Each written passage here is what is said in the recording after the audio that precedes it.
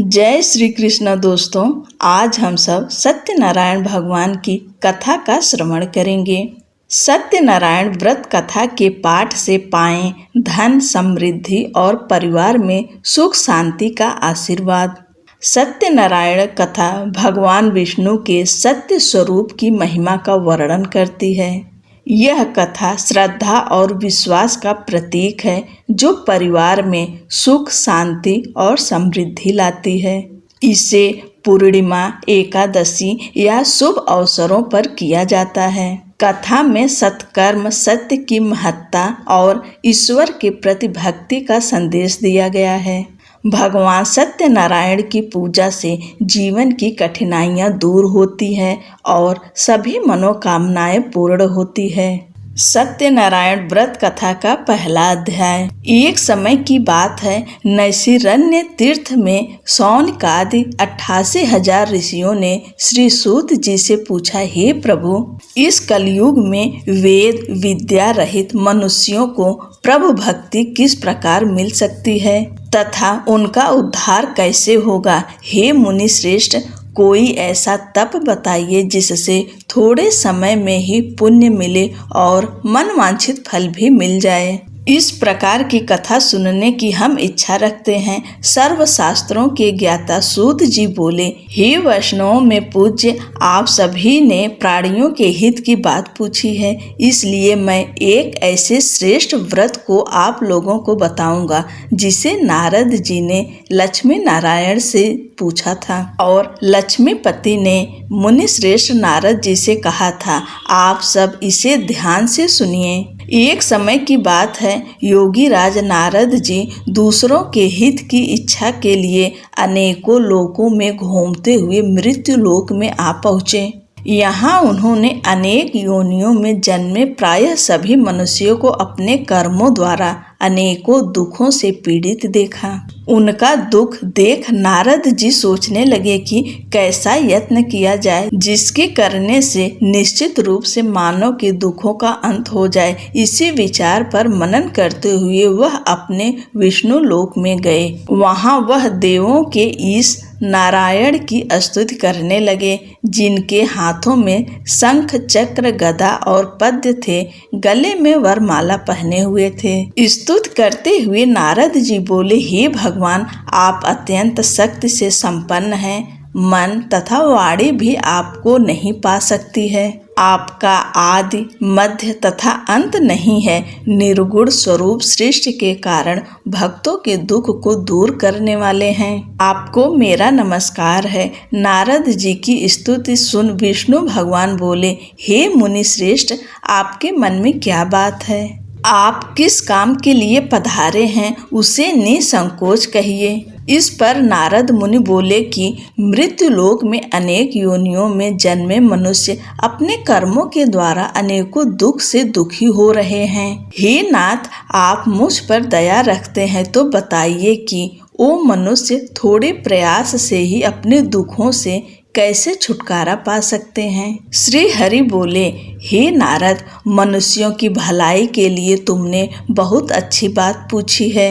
जिसके करने से मनुष्य मोह से छूट जाता है, वह बात मैं कहता हूँ, उसे सुनो। स्वर्ग लोक व मृत्यु लोक दोनों में एक दुर्लभ उत्तम व्रत है जो पुण्य देने वाला है। आज प्रेमवश होकर मैं उसे तुमसे कहता हूँ। श्री सत्यनारायण भगवान का यह व्रत अच्छी तरह विधान पूर्वक करके मनुष्य तुरंत ही यहाँ सुख भोग कर मरने पर मोक्ष पाता है।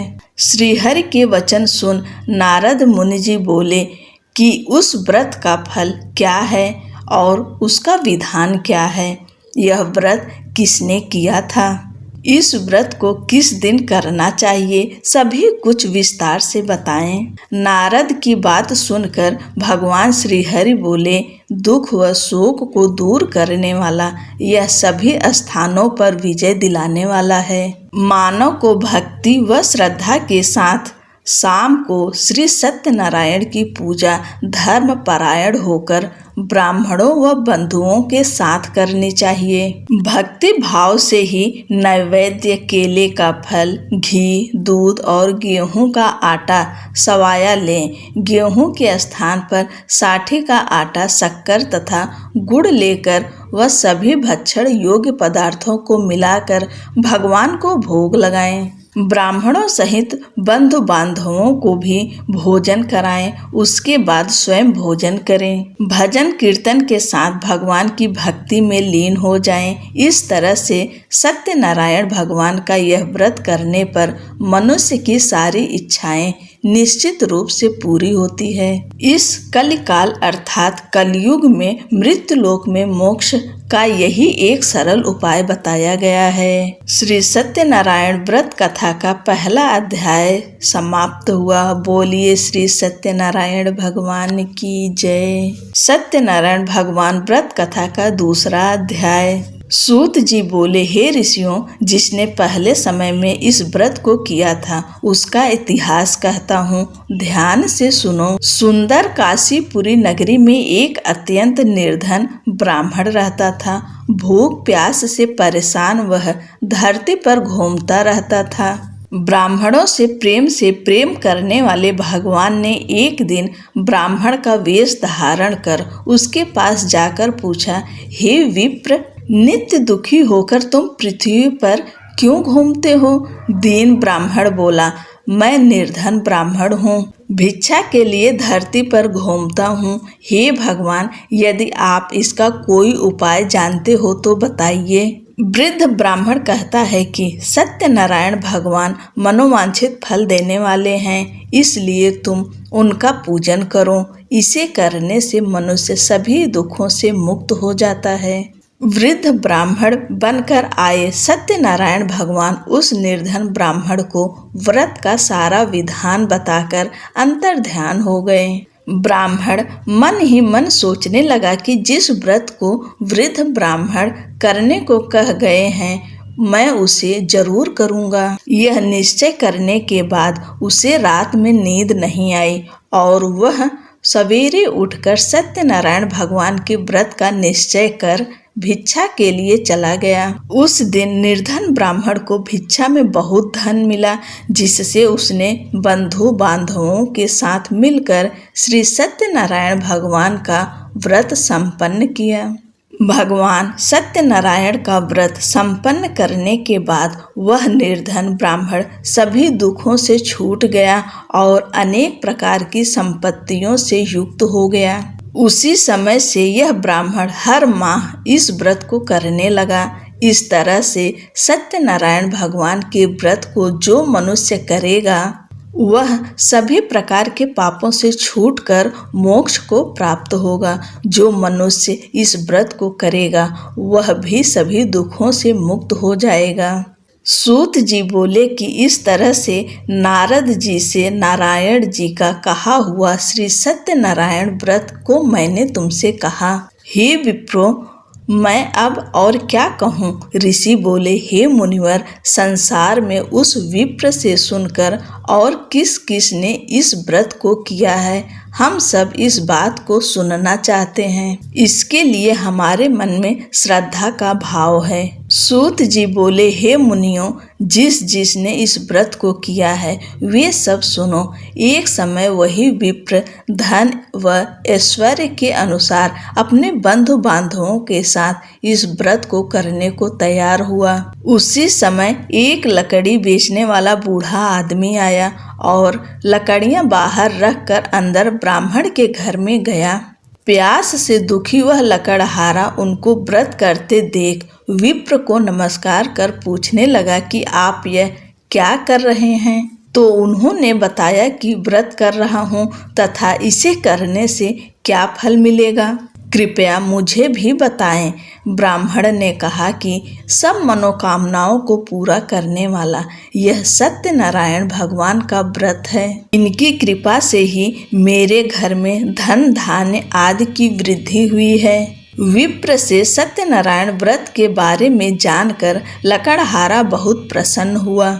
चरणामृत लेकर वह प्रसाद खाने के बाद वह अपने घर गया। लकड़हारे ने अपने मन में संकल्प किया कि आज लकड़ी बेचने से जो धन मिलेगा उसी से श्री सत्यनारायण भगवान का उत्तम व्रत करूंगा। मन में इस विचार को ले बूढ़ा आदमी सिर पर लकड़ियां रख उस नगर में बेचने गया जहां धनी लोग ज्यादा रहते थे। उस नगर में उसे अपनी लकड़ियों का दाम पहले से 4 गुना अधिक मिलता है। बूढ़ा प्रसन्नता के साथ दाम लेके केले, शक्कर, घी, दूध, दही और गेहूं का आटा ले और सत्यनारायण भगवान के व्रत की अन्य सामग्रियां लेकर अपने घर गया। वहां उसने अपने बंधु बांधवों को बुलाकर विधि विधान से सत्यनारायण भगवान का पूजन और व्रत किया। इस व्रत के प्रभाव से वह बूढ़ा लकड़हारा धन, पुत्र आदि से युक्त होकर संसार के समस्त सुख भोग अंतकाल में वैकुंठ धाम चला गया। श्री सत्यनारायण व्रत कथा का दूसरा अध्याय संपूर्ण हुआ। बोलिए श्री सत्यनारायण भगवान की जय। सत्यनारायण भगवान व्रत कथा का तीसरा अध्याय। सूत जी बोले, हे श्रेष्ठ मुनियों, अब आगे की कथा कहता हूँ। पहले समय में उल्का मुख नाम का एक बुद्धिमान राजा था। वह सत्य वक्ता और जितेंद्रिय था। प्रतिदिन देव स्थानों पर जाता और निर्धनों को धन देकर उनके कष्ट दूर करता था। उसकी पत्नी कमल के समान मुख वाली तथा सती साध्वी थी। भद्रशिला नदी के तट पर उन दोनों ने श्री सत्यनारायण भगवान का व्रत किया। उसी समय साधु नाम का एक वैश्य आया। उसके पास व्यापार करने के लिए बहुत सा धन भी था। राजा को व्रत करते देखकर विनय के साथ पूछने लगा, हे राजन, भक्ति भाव से पूर्ण होकर आप यह क्या कर रहे हैं? मैं सुनने की इच्छा रखता हूँ, तो आप मुझे बताएं। राजा बोला, हे साधु, अपने बंधु बांधवों के साथ पुत्रादि की प्राप्ति के लिए यह महाशक्तिमान श्री सत्यनारायण भगवान का व्रत व पूजन कर रहा हूँ। राजा के ऐसे वचन सुनकर साधु आदर से बोला, हे राजन, मुझे इस व्रत का सारा विधान कहिए। आपके कथा अनुसार मैं भी इस व्रत को करूँगा। मेरी भी संतान नहीं है और इस व्रत को करने से निश्चित रूप से मुझे संतान की प्राप्ति होगी। राजा से व्रत का सारा विधान सुन व्यापार से निवृत्त हो वह अपने घर गया। साधु वैश्य ने अपनी पत्नी को संतान देने वाले इस व्रत का वर्णन कह सुनाया और कहा कि जब मेरी संतान होगी तब मैं इस व्रत को करूँगा। साधु ने इस तरह के वचन अपनी पत्नी लीलावती से कहे। एक दिन लीलावती पति के साथ आनंदित हो सांसारिक धर्म में प्रवृत्ति होकर सत्यनारायण भगवान की कृपा से गर्भवती हो गई। 10वें महीने में उसे गर्भ से एक सुंदर कन्या ने जन्म लिया। दिनों दिन वह ऐसे बढ़ने लगी जैसे कि शुक्ल पक्ष का चंद्रमा बढ़ता है। माता पिता ने अपनी कन्या का नाम कलावती रखा। एक दिन लीलावती ने मीठे शब्दों में अपने पति को याद दिलाया कि आपने सत्यनारायण भगवान के जिस व्रत को करने का संकल्प किया था उसे करने का समय आ गया है। आप इस व्रत को करिए। साधु बोला कि हे प्रिय, इस व्रत को मैं उसके विवाह पर करूँगा। इस प्रकार अपनी पत्नी को आश्वासन देकर वह नगर को चला गया। कलावती पिता के घर में रह वृद्धि को प्राप्त हो गई। साधु ने एक बार नगर में अपनी कन्या को सखियों के साथ देखा तो तुरंत ही दूत को बुलाया और कहा कि मेरी कन्या के योग्य वर देख कर आओ। साधु की बात सुनकर दूत कंचन नगर में पहुंचा और वहां देखभाल कर लड़की से सुयोग्य वाड़िक पुत्र को ले आया। सुयोग्य लड़के को देख साधु ने बंधु बांधवों को बुलाकर अपनी पुत्री का विवाह कर दिया। लेकिन दुर्भाग्य की बात ये कि साधु ने अभी भी श्री सत्यनारायण भगवान का व्रत नहीं किया। इस पर श्री भगवान क्रोधित हो गए और श्राप दिया कि साधु को अत्यधिक दुख मिले। अपने कार्य में कुशल साधु बनिया जमाई को लेकर समुद्र के पास स्थित होकर रत्नासारपुर नगर में गया। वहां जाकर दामाद ससुर दोनों मिलकर चंद्रकेतु राजा के नगर में व्यापार करने लगे। एक दिन भगवान सत्यनारायण की माया से एक चोर राजा का धन चुराकर भाग रहा था। उसने राजा के सिपाहियों को अपना पीछा करते देख चुराया हुआ धन वहां रख दिया जहां साधु अपने जमाई के साथ ठहरा हुआ था। राजा के सिपाहियों ने साधु वैश्य के पास राजा का धन पड़ा देखा तो वह ससुर जमाई दोनों को बांधकर प्रसन्नता से राजा के पास ले गए और कहा कि उन दोनों चोरों को हम पकड़ लाएं, आप आगे की कार्यवाही की आज्ञा दें। राजा की आज्ञा से उन दोनों को कठिन कारावास में डाल दिया गया और उनका सारा धन भी उनसे छीन लिया गया। श्री सत्यनारायण भगवान के श्राप से साधु की पत्नी भी बहुत दुखी हुई। घर में जो धन रखा था उसे चोर चुरा ले गए। शारीरिक तथा मानसिक पीड़ा व भूख प्यास से अति दुखी हो अन्न की चिंता में कलावती ने ब्राह्मण के घर गई। वहां उसने श्री सत्यनारायण भगवान व्रत होते देख फिर कथा भी सुनी। वह प्रसाद ग्रहण कर वह रात को घर वापस आई। माता ने कलावती से पूछा कि हे पुत्री, अब तक तुम कहाँ थी, तेरे मन में क्या है? कलावती ने अपने माता से कहा, हे माता, मैंने एक ब्राह्मण के घर में श्री सत्यनारायण भगवान का व्रत देखा है। कन्या के ऐसे वचन सुन लीलावती भगवान के पूजन की तैयारी करने लगी। लीलावती ने परिवार व बंधुओं सहित सत्यनारायण भगवान का पूजन किया और उनसे वर मांगा कि मेरे पति तथा जमाई शीघ्र घर आ जाएं। साथ ही यह भी प्रार्थना की हम सबका अपराध क्षमा करें। श्री सत्यनारायण भगवान इस व्रत से संतुष्ट हो गए और राजा चंद्रकेतु को सपने में दर्शन दे कहा कि हे राजन, तुम उन दोनों वैश्यों को छोड़ दो और तुमने उनका जो धन लिया है उसे वापस कर दो। अगर ऐसा नहीं किया तो मैं तुम्हारा धन, राज्य व संतान सभी को नष्ट कर दूंगा।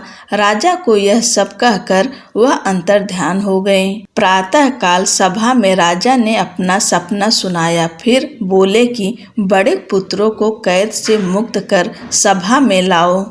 दोनों ने आते ही राजा को प्रणाम किया। राजा मीठी वाणी में बोला, हे महानुभावों, भाग्यवश ऐसा कठिन दुख तुम्हें प्राप्त हुआ है, लेकिन अब तुम्हें कोई भय नहीं है। ऐसा कह राजा ने उन दोनों को नए वस्त्राभूषण भी पहनाए और जितना धन उनका लिया था उससे दुगुना धन वापस कर दिया। दोनों वैश्य अपने घर को चल दिए। श्री सत्यनारायण व्रत कथा का तीसरा अध्याय संपूर्ण हुआ। बोलिए श्री सत्यनारायण भगवान की जय। सत्यनारायण भगवान व्रत कथा का चौथा अध्याय। सूत जी बोले, वैश्य ने मंगलाचार कर अपनी यात्रा आरंभ की और अपने नगर की ओर चल दिए। उनके थोड़ी दूर जाने पर एक दंडी वेशधारी श्री सत्यनारायण ने उनसे पूछा, हे साधु, तेरी नाव में क्या है?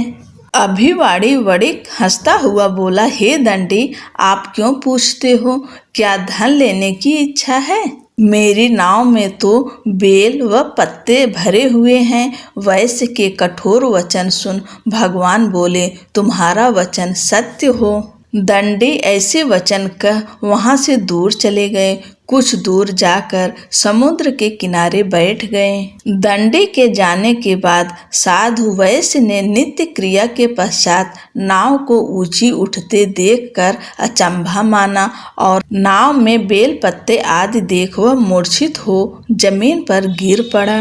मूर्छा खुलने पर वह अत्यंत शोक में डूब गया तथा उसका दामाद बोला कि आप शोक ना मनाएं, यह दंडी का शाप है, इसलिए हमें उनकी शरण में जाना चाहिए, तभी हमारी मनोकामना पूरी होगी।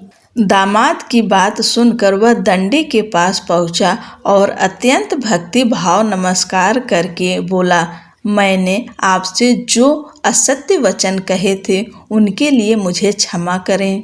ऐसा कहकर महान शोकातुर हो रोने लगा। तब दंडी भगवान बोले, हे वणिक पुत्र, मेरी आज्ञा से बार बार तुम्हें दुख प्राप्त हुआ है। तू मेरी पूजा से विमुख हुआ। साधु बोला, हे भगवान, आपकी माया से ब्रह्मा आदि देवता भी आपके रूप को नहीं जानते, तब मैं अज्ञानी कैसे जान सकता हूँ। आप प्रसन्न होइए, अब मैं सामर्थ्य के अनुसार आपकी पूजा करूँगा। मेरी रक्षा करो और पहले के समान नौका में धन भर दो। साधु वैश्य के भक्ति पूर्वक वचन सुनकर भगवान प्रसन्न हो गए और उसकी इच्छा अनुसार वरदान देकर अंतर्ध्यान हो गए। ससुर जमाई जब नाव पर आए तो नाव धन से भरी हुई थी। फिर वहीं अपने अन्य साथियों के साथ सत्यनारायण भगवान का पूजन कर अपने नगर को चल दिए। जब नगर के नजदीक पहुँचे तो दूत को घर पर खबर करने के लिए भेज दिया। दूत साधु की पत्नी को प्रणाम कर कहता है कि मालिक अपने दामाद सहित नगर के निकट आ गए हैं। दूत की बात सुन साधु की पत्नी लीलावती ने बड़े हर्ष के साथ सत्यनारायण भगवान का पूजन कर अपनी पुत्री कलावती से कहा कि मैं अपने पति के दर्शन को जाती हूँ। तू कार्य पूर्ण कर शीघ्र आ जा। माता के ऐसे वचन सुन कलावती जल्दी से प्रसाद छोड़ अपने पति के पास चली गई। प्रसाद की अवज्ञा के कारण श्री सत्यनारायण भगवान रुष्ट हो गए और नाव सहित उसके पति को पानी में डुबो दिया। कलावती अपने पति को वहां न पाकर रोती हुई जमीन पर गिर गई। नौका को डूबा हुआ देख वह कन्या को रोता देख साधु दुखी होकर बोला, हे प्रभु, मुझसे तथा मेरे परिवार से जो भूल हुई है उसे क्षमा करें। साधु के दीन वचन सुनकर श्री सत्यनारायण भगवान प्रसन्न हो गए और आकाशवाणी हुई, हे साधु, तेरी कन्या मेरे प्रसाद को छोड़कर आई है, इसलिए उसका पति अदृश्य हो गया है। यदि वह घर जाकर प्रसाद खाकर लौटती है तो इसे इसका पति अवश्य मिलेगा। ऐसी आकाशवाणी सुन कलावती घर पहुंचकर प्रसाद खाती है और फिर आकर अपने पति के दर्शन करती है। उसके बाद साधु अपने बंधु बांधवों सहित श्री सत्यनारायण भगवान का विधि विधान से पूजा करता है। इस लोक का सुख भोग कर अंत में स्वर्ग को जाता है। श्री सत्यनारायण व्रत कथा का चौथा अध्याय संपूर्ण हुआ। बोलिए श्री सत्यनारायण भगवान की जय। सत्यनारायण भगवान व्रत की कथा का 5वां अध्याय। सूत जी बोले, हे ऋषियों, मैं और भी एक कथा सुनाता हूँ, उसे भी ध्यान पूर्वक सुनो। प्रजा पालन में लीन तुंगध्वज नाम का एक राजा था। उसने भी भगवान का प्रसाद त्याग कर बहुत ही दुख सहन किया। एक बार वन में जाकर वन्य पशुओं को मारकर वह बड़ के पेड़ के नीचे आ गया।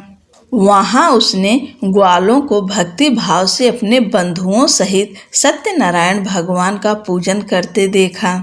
अभिमानवश राजा ने उन्हें देखकर भी पूजा स्थान में नहीं गया और ना ही उसने भगवान को नमस्कार किया।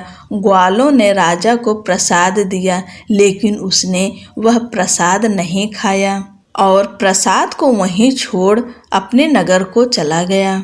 जब वह नगर में पहुंचा तो वहां सब कुछ तहस नहस हुआ पाया, तो वह शीघ्र ही समझ गया कि यह सब भगवान ने ही किया है। वह दोबारा ग्वालों के पास पहुंचा और विधि पूर्वक पूजा करके प्रसाद खाया तो श्री सत्यनारायण भगवान की कृपा से सब कुछ पहले जैसा हो गया। दीर्घ काल तक सुख भोगने के बाद मरणोपरांत उसे स्वर्गलोक की प्राप्ति हुई। जो मनुष्य परम दुर्लभ इस व्रत को करेगा तो भगवान सत्यनारायण की अनुकंपा से उसे धन धान्य की प्राप्ति होगी। निर्धन धनी हो जाता है और भय मुक्त हो जीवन जीता है। संतानहीन मनुष्यों को संतान सुख मिलता है और सारे मनोरथ पूर्ण होने पर मानव अंत काल में वैकुंठ धाम को जाता है। सूत जी बोले, जिन्होंने पहले इस व्रत को किया है अब उनके दूसरे जन्म की कथा कहता हूँ। वृद्ध सतानंद ब्राह्मण ने सुदामा का जन्म लेकर मोक्ष की प्राप्ति की। लकड़हारे ने अगले जन्म में निषाद बनकर मोक्ष प्राप्त किया। उल्का मुख नाम का राजा दशरथ होकर वैकुंठ को गए। साधु नाम की वैश्य ने मोर ध्वज बनकर अपने पुत्र को आरे से चीरकर मोक्ष पाया।